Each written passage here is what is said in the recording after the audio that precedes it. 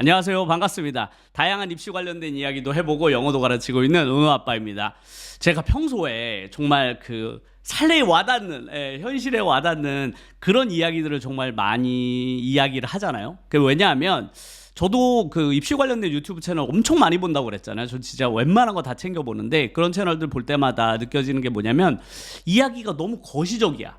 그러니까 전반적인 교육부 정책을 이야기한다거나 아니면 주로 특목 자사고 아이들이 쓰는 등급제 관련된 그런 큰 이야기들, 주로 큰 이야기들 위주로 대화가 혹은 내용이 다뤄지는 경우가 많은데, 제가 그런 영상을 보면서 늘 안타까웠던 것 중에 하나가 디테일이 빠져 있다. 현실에 진짜 특히 지역에 있는 일반고 아이들이 겪고 있는 그런 아주 디테일한 이야기들이 다뤄지지 않고 있구나라는 걸 저는 옛날부터 느꼈거든요. 그래서 내가 나중에 이런 이야기는 좀 해야 되겠다라고 생각해서 요즘에 영상을 찍고 있는데, 많은 분들이 그런 부분에서 좀 좋아해 주시는 분들이 계신 것 같아요.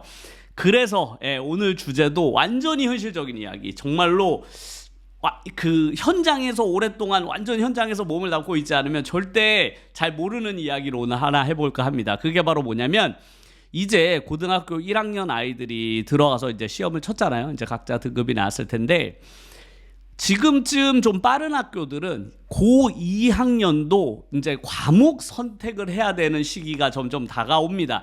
지금 빠른 학교는 아마 지금쯤 시작을 했을걸요. 1차. 근데 1차 때 고르고 나중에 한번 고칠 수 있거든요. 그래서 지금 아이들이 과목 뭐 골라야 하나요? 막 해서 이 과목 선택에 대해서 뭐 그냥 대략적으로 생각을 안 해본 아이들도 있고 좀 고민하는 부모님들도 계실 텐데, 저는 이 과목 선택이야말로 고등학교 2학년 성적을 좌지우지하는 가장 중요한 순간이라고 생각하고, 제가 개인적으로 전략을 쓸 때 제 스스로 가장 강한 전략, 그리고 특정 아이를 대학을 보낼 때 제가 가장 잘 쓰는 전략 중에 하나가 바로 과목 선택을 유리하게 하면서 성적을 가져가는 이 전략을 제가 진짜 잘 쓰거든요. 그런데 지금쯤 아이들 머릿속이나 부모님들이 이런 생각 가지신 분들이 많으실 거예요. 결국 취업을 해야 되니까 이과로 가야 되지 않을까?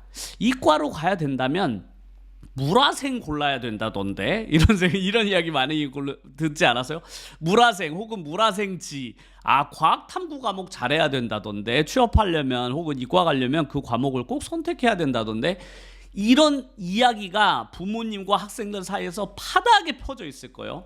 특히나 성적이 좋은 아이들, 특히 지난 시험을 봤는데 웬걸 1점대 맞았어.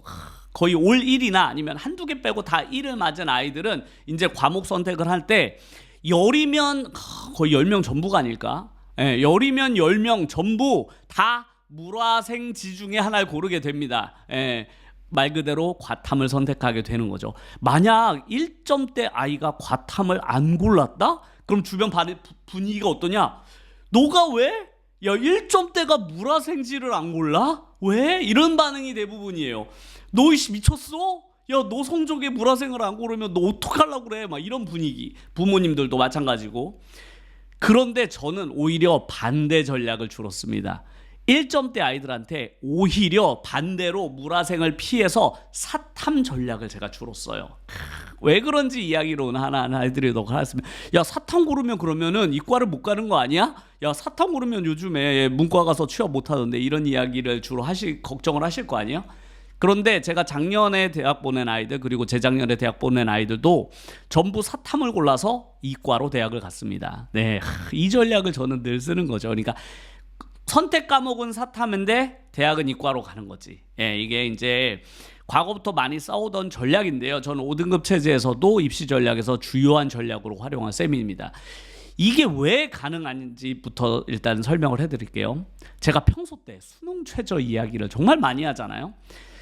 지역에 있는 아이들에게 쓸 수 있는 최고의 전략은 수능 최저를 맞춰서 대학을 입학하는 교과 전형이다. 제가 진짜 입이 닮도록 설명하지 않습니까? 이게 최고의 전략이라고. 그런데 이 최고의 전략이 단순히 우리 아이가 이과생, 공부를 잘하는 서울에 있는 특목 자사고 아이들을 나중에 고등학교 3학년 대학을 선택할 때 유리하게 작용하는 측면도 있지만, 그보다 더 중요한 측면은 뭐냐면, 만약에 내가 교과 전략을 쓰잖아요. 교과 전형을 쓰겠다. 나는 고1 때부터 나는 수능 최저 맞춰서 교과 전형을 쓰겠다라고 준비된 학생은 안심하고 문과로 사탐을 선택해도 됩니다. 왜냐? 교과 전형은 과목 선택에 비해 나중에 과목 선택을 어떤 걸 하든지 이과로 전략을 세웠을 때 불이익 받는 경우가 매우 적기 때문이죠. 매우 적습니다.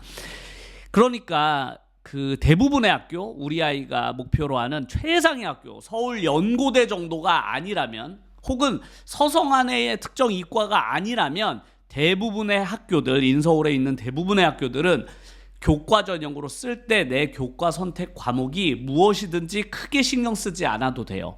특히나 이제 자율전공이라고 요즘 많이 생기잖아요, 학교마다. 특히 자율전공을 지원할 때 내가 교과 전형으로 쓰면 교과 선택에는 아무 지장 없이 그 자율선택, 자율전공 학과를 지원할 수 있습니다. 그래서 제가 물화생을 되도록이면 제가 공부시킨 아이 중에 얘기를 해봐요. 너 혹시 의대 가야 돼? 이렇게요. 너 꼭 그 의치한 약수 꼭 가야 돼? 이렇게 물어봐요. 만약 너가 의치한 약수를 꼭 가야 되는 학생이 아니라면 우리 문과 전략 쓸 거다. 이렇게 얘기하죠. 네. 그런데 그 아이가 만약 목표가, 근데 최근에 전교권 학생이 있거든요. 중학교 때 전교권 학생인데 그 학생도 저랑 대화를 많이 해요. 왜냐면 그 학생의 목표가 의대이기 때문에 많은 대화를 하는데, 제가 그 학생은 의대를 꼭 가야 한다고 저도 생각하거든요. 그런데 그 학생도 한 번에 가기는 어렵다라고 생각하고 본인도 정시 생각을 하고 있는 학생이라서, 그렇다면 너 같은 학생은 나는 아무리 너가 전교권 성적을 받아낼 수 있는 고등학교 가서 그런 학생이더라도 나는 다른 학생들과 똑같이 너 문과 전략 쓸 거다. 왜? 너는 수능 최저가 최상위 수준으로 너는 최저를 맞출 수 있어서 그 정도면 서울대나 연고대는 충분히 노릴만하다. 내신으로 문과 전략 써서. 그래서 너가 만약에 학교를 최대로 높이고 싶다면 문과 전략을 쓰는 거 나쁘지 않고, 만약에 서울 연고대가 아니더라도 그 밑에 있는 학교들은 너가 과목 선택에 상관없이 이과 지원도 가능하니까 충분히 나는 내가 만약 너라면 지역에서 교과 전형 그 활용하고 문과 전략 써서 너를 대학을 최상위 대학으로 보내는 걸 전략으로 사용하겠다라고 늘 이야기를 하죠. 그런데 이게 왜 그러냐? 왜 자꾸 문과를 제가 선택하려고 하냐면요. 물화생이 내신 1점대 아이들이 물화생을 고르면 어떤 상황을 발생되는 걸 제가 많이 봤냐면, 이게 고르기 전에는 잘 몰라요. 그러니까 물화생을 고르면 어렵다라는 건 다들 아시죠? 물화생 과목이 문과 사탐 과목보다 공부 양에서 적게는 2배, 많게는 3배까지 됩니다. 선택 과목을 했을 때 화학 같은 과목은 거의 문과 과목보다 한 3배 정도 내가 개인 시간을 더 들여야만 돼요. 그러니까 내 개인 공부 시간을 엄청나게 많이 뺏어간단 말이에요. 그 아이의 능력을 떠나서, 능력치를 떠나서 그 과목이 요구하는 공부 양이 많아요. 양이 많은 과목이야. 그래서 제가 전교권 학생에게 몇 번 물화생을, 그 학생이 워낙 하고 싶어가지고 제가 몇 번 물화생을 이렇게 허락해 준 적이 있거든요. 그럼 너라면 그래, 물화생 한번 해봐라. 너가 워낙 고1 때 성적이 좋았으니까 물화생 해도 너라면 되지 않을까라고 했지만, 역시나 그 아이가 물화생을 고르고 특히 화학을 고르면서 전체적인 내신이 전부 다 하락해버리는 그런 경우를 너무 많이 받아보니까, 그러니까 완전 초상위권 학생이 그냥 완전히 망하진 않더라도 그냥 중상위권 학생으로 바뀌는 경우를 저는 정말 많이 봤거든요. 진짜 많아요, 그런 경우가. 그게 왜 발생하냐면, 부모님들도 이런 걸 잘 아셔야 돼요. 과탐을 고르면 과탐을 하는 아이들끼리 경쟁하는 거 아닌가요? 라고 생각을 하실 거 아니에요? 맞습니다. 그런데 그렇게 되면 어떻게 되냐면 1학년 때보다 1등급을 받는 총 인원의 숫자는 줄어들 거 아니에요. 왜냐면 문과로 아이들이 빠져나가 버리니까. 만약에 총 학생이 300명이야. 그런데 이과 쪽으로 200명이 왔어. 그러면 내가 1학년 때는 30명 안에 들면 1등급이지만 이제는 20명 안에 들어야 1등급이 되는 상황이 발생한 거고, 그 20명도 아니겠죠. 왜냐면 화학을 고른 학생이 그거보다 더 적은 경우에 숫자는 더 줄어드는 거야. 그런데 만약에 내가 1학년 때 한 전교 한 25등 정도 들어서 1등급을 맞은 학생이 있다고 생각할게요. 그런 학생이라면 1등급을 밀려날 확률이 매우 높아지는 거지. 고등학교 때는 1등급, 고1 때는 1등급이라고 하더라도. 또 내가 만약에 최상위권이야. 그러니까 내가 만약에 전교 막 10등 안에 드는 학생이라고 해볼게요. 전교 10등 안에 드는 학생은 물화생으로 가더라도 내가 1등급을 차지할 확률이 높아질 거 아니에요? 당연히 그러겠죠. 그 학생은 전교권 학생이니까요. 그런데 문제는 어디서 발생하느냐? 그 학생도 인간인지라 물화생을 고르게 되면 사탐을 고른 아이들보다 공부의 시간을 엄청나게 거의 2배에서 3배가량 탐구 과목의 시간을 다 뺏기게 돼요. 그럼 그 학생은 당연히 무슨 공부할 시간이 줄어들겠어요? 국영수 공부할 시간이 상대적으로 줄어들 거 아니에요? 그러니까 사탐을 고른 아이 중에 국어 잘하는 아이, 영어 잘하는 아이가 무조건 있단 말이에요. 그런 아이한테 1등급을 뺏기게 됩니다. 예, 왜냐면 공부 시간이 부족하고 사탐하는 애들은 상대적으로 공부량이 작아. 예, 암기를 그 과탐보다 확실히 작거든요. 그렇기 때문에 국영수에서 얘는 시간이 늘어나는 거야. 국영수 공부할 시간이.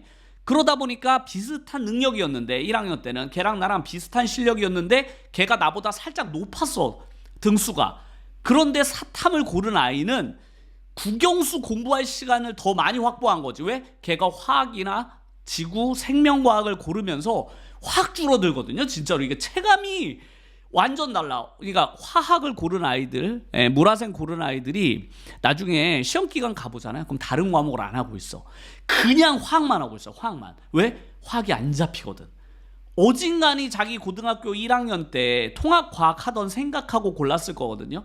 통합과학 때는 할만했거든, 분명히 화학 파트가. 그런데 진짜 화학을 고르는 순간 알게 되지. 화학이 얼마나 무서운 과목인지를. 내 공부 시간을 다 뺏어갑니다, 진짜로. 그러면서 본인도 알아요. 공부 시간 부족한데? 이러다가 국어, 영어 시간이 너무 부족하다는 걸 본인이 알지만 화학을 안 할 수가 없잖아. 화학에서 1등급을 맞아야 되다 보니까 화학을 계속해요, 공부를. 그러면서 국어, 영어는 그냥 기본기로 돌파하려고 하거든요. 하지만 그 사탐을 고른 아이 중에 국어, 영어 잘하는 아이에게 1등급을 내주는 경우가 매우 많습니다. 매우. 그래서 그런 아이들이, 물화생 고른 아이들이 물화생에서 등급을 못 받아내는 게 아니에요. 물화생에서는 어떻게든지 등급을 받아내. 근데 문제는 뭐냐? 국영수에서 밀려요. 사탐을 고른 아이들과 국영수는 같이 듣거든. 예, 국영수 3과목은 전체 문과와 과탐, 사탐을 고른 아이들이 똑같이 경쟁하잖아요.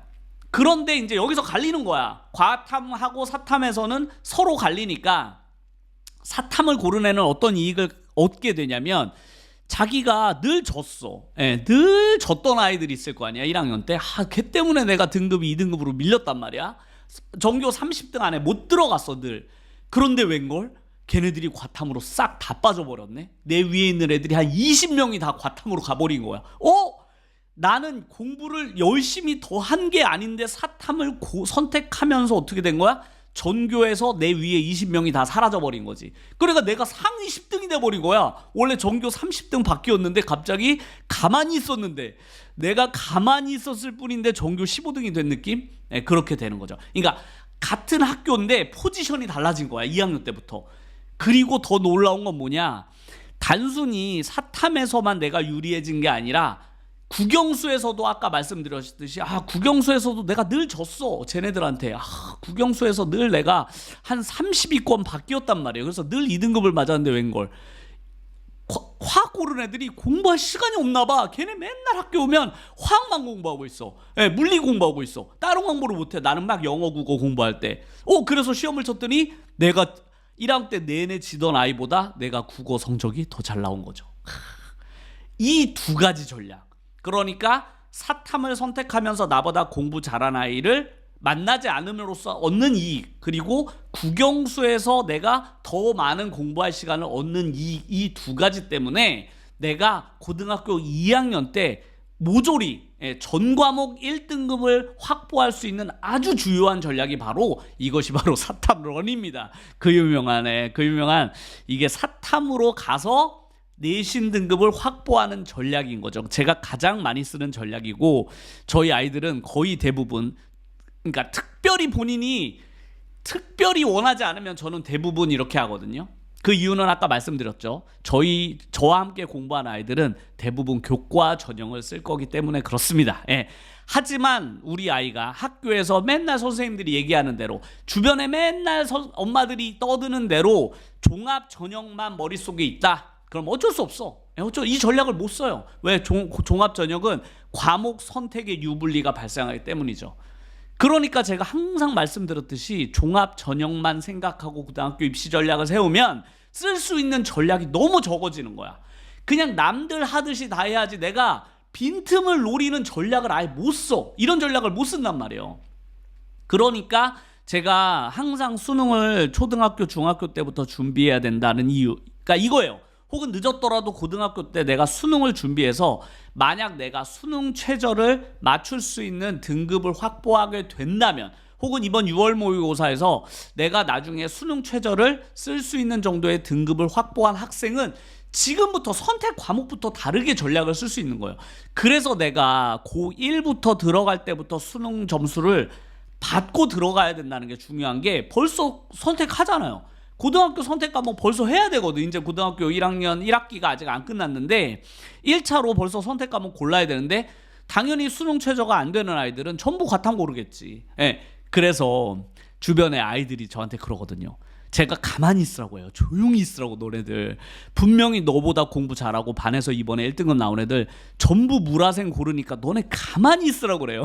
그래서 아이들이 전부 걔네들이 과탐 골랐다는 거야. 다 물화생 고를 거라는 거야. 그래서 당연하지. 야, 1등급이 미쳤냐 사탐 고르게.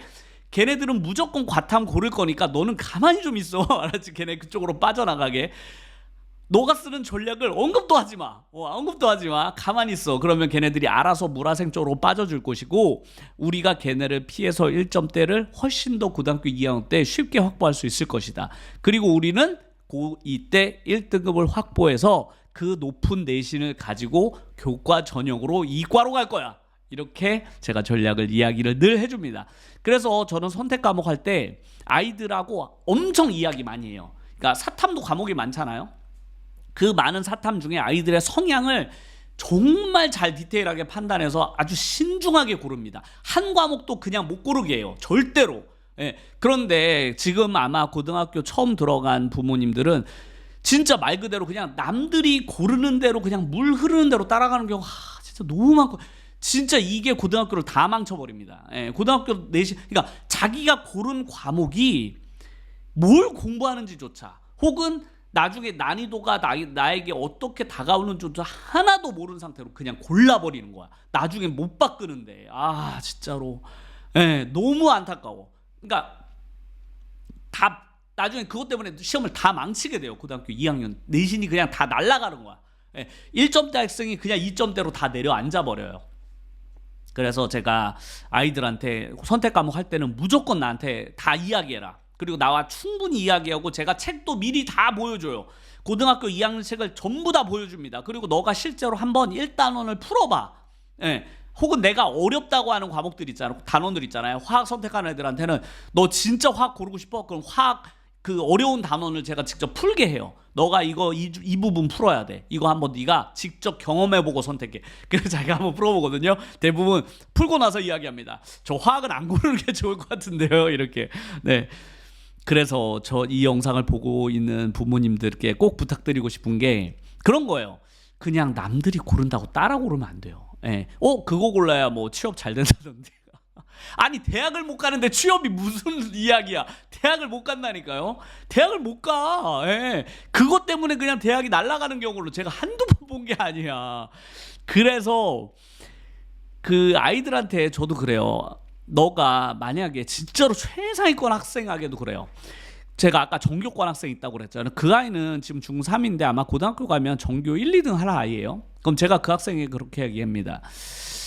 너를 내가 너는 아마 분명히 그 문과로 이과를 가는 전략을 써도 상당히 좋은 학교까지 갈 텐데, 최상위권 학교 서울연고대는 내가 아무래도 너는 문과 지원을 할 것 같다. 너는 아무래도 문과 지원을 해야 서울연고대 지역에 있는 특성상 한계상 내가 전략을 세워도 너는 문과 정도 서울연고대 가는 게 그 정도는 너는 충분히 들어갈 것 같거든. 수능 최저도 충분하고.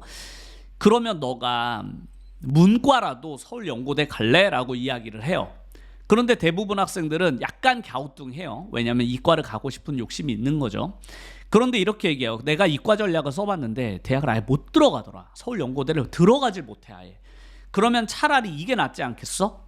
너가 아예 못 들어가서 떨어지느니 차라리 서울연고대 중에 하나 문과를 합격해. 그리고 그 밑에 있는 대학, 그 밑에 있는 서성한이라든지 그 밑에 있는 중경외시 정도에 네가 이과를 합격했다고 치자. 네가 진짜로 원하는 과를 합격했어. 그럼 그때 가서 네가 고르면 되잖아. 그때 가서 너가 서울연고대 문과랑 그 밑에 있는 대학교 이과 중에서 네가 선택을 하면 되는 거지.